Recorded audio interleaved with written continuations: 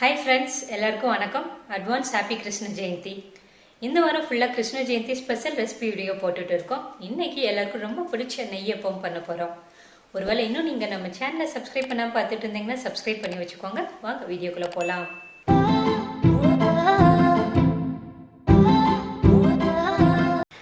நெய் அப்பம் பண்ணுறதுக்கு ஒரு அளவுக்கு பச்சரிசி எடுத்திருக்கேன், அதாவது 200 கிராம் பச்சரிசி எடுத்திருக்கேன். இந்த பவுலில் போட்டு ஒரு 2 தடவை நல்லா வாஷ் பண்ணி எடுத்து வச்சுருக்கேன். இதில் தண்ணி ஊற்றி ஒரு 2 மணி நேரம் நல்லா ஊற வச்சிடலாம். இது நல்லா ஊறட்டும், க்ளோஸ் பண்ணி வச்சிடலாம். அடுத்து வெள்ளை பாகு காய்ச்சிடலாம். நான் ஒரு உலக்கு பச்சரிசிக்கு ஒரு உலக்கு வெல்லம் எடுத்திருக்கேன். நீங்கள் எந்த உலக்கில் அரிசி அளக்குறீங்களோ அதே உலக்கில் வெல்லம் அளந்து எடுத்துக்கோங்க. இப்போ வெல்லத்தை போட்டு தண்ணி ஊற்றிடலாம். தண்ணி ஊற்றி வெள்ளைப்பாகு காய்ச்சிடலாம். வெள்ளைப்பாகு காய்ச்சறதுக்கு எந்த ஒரு பதமும் கிடையாது. வெல்லம் நல்லா கரைஞ்சி வர வரைக்கும் காய்ச்சினா போதும்.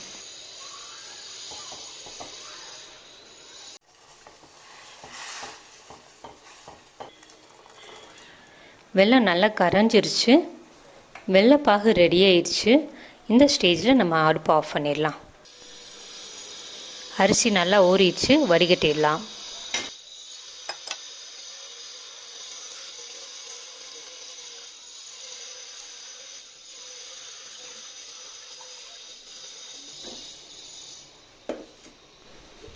வடிகட்டின அரிசியை ஒரு மிக்ஸி ஜாரில் எடுத்துக்கலாம்.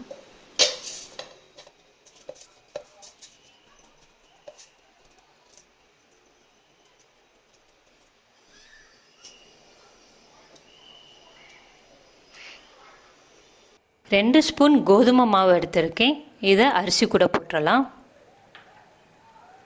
அடுத்து 2 ஸ்பூன் தேங்காய் துருவி வச்சுருக்கேன், இதையும் போட்டுடலாம். அடுத்து ஒரு வாழைப்பழம் எடுத்திருக்கேன், தோலை உரிச்சிட்டு சின்ன சின்னதாக கட் பண்ணி இதையும் சேர்த்துடலாம்.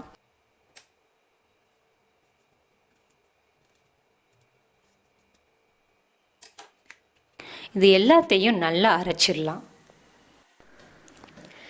அரைக்கும்போது கொஞ்சம் கொஞ்சமாக தண்ணி ஊற்றி அரைச்சிக்கோங்க. நிறைய தண்ணி ஊற்றிட்டிங்கன்னா அப்புறம் மாவு தண்ணியாயிரும், அப்பம் பண்ணுறப்ப வராது. அதனால் கொஞ்சம் கொஞ்சமாக தண்ணி ஊற்றி அரைங்க.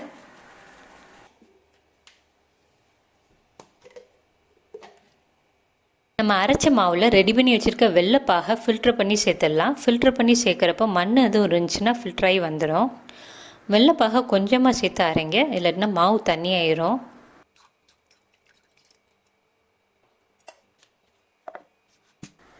வெள்ளைப்பாகை சேர்த்துட்டு மறுபடியும் மாவை அரைச்சிடலாம். நம்ம அரைச்ச மாவை ஒரு பவுலில் ஊற்றிடலாம். மாவு இந்த கன்சிஸ்டன்ஸ் வந்தால் சரியாக வரும்.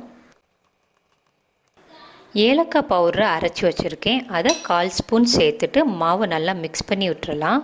கூடவே 1 ஸ்பூன் நெய் ஊற்றி மாவு நல்லா மிக்ஸ் பண்ணிடலாம். மாவு ரொம்ப கட்டியாகவும் இருக்கக்கூடாது, ரொம்ப தண்ணியாகவும் இருக்கக்கூடாது. தோசை மாவு பதத்துக்கு இருந்துச்சுன்னா சரியாக வரும்.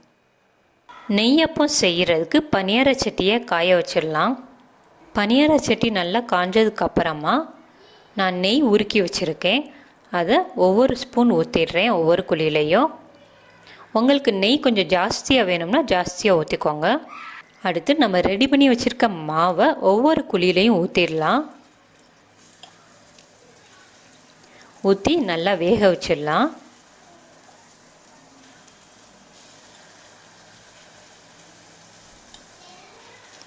பாருங்கள், நெய்யெல்லாம் மேலே அப்படியே தெரியுது, சூப்பராக இருக்குது பார்க்குறதுக்கே.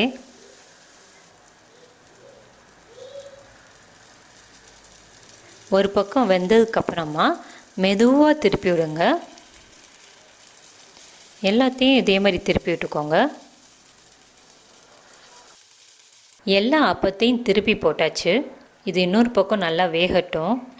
அடுப்பை சிம்மில் வச்சு வேக விடுங்க, அப்போ தான் உள்ளெல்லாம் நல்லா வேகும்.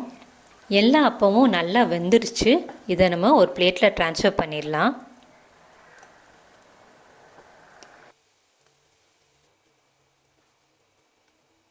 வாவ், சூப்பரான நெய்யப்பம் ரெடி ஆயிடுச்சு. நெய்யோட வாசம் செம்மையாக இருக்குது. நீங்களும் கிருஷ்ண ஜெயந்திக்கு நெய்யப்பம் செஞ்சு உங்கள் வீட்டில் உள்ளவங்களை அசத்துங்க. உங்கள் எக்ஸ்பீரியன்ஸை கமெண்ட்டில் சொல்லுங்கள். உங்களுக்கும் உங்கள் குடும்பத்தினருக்கும் கிருஷ்ண ஜெயந்தி நல்வாழ்த்துக்கள். தேங்க்ஸ் ஃபார் வாட்சிங்.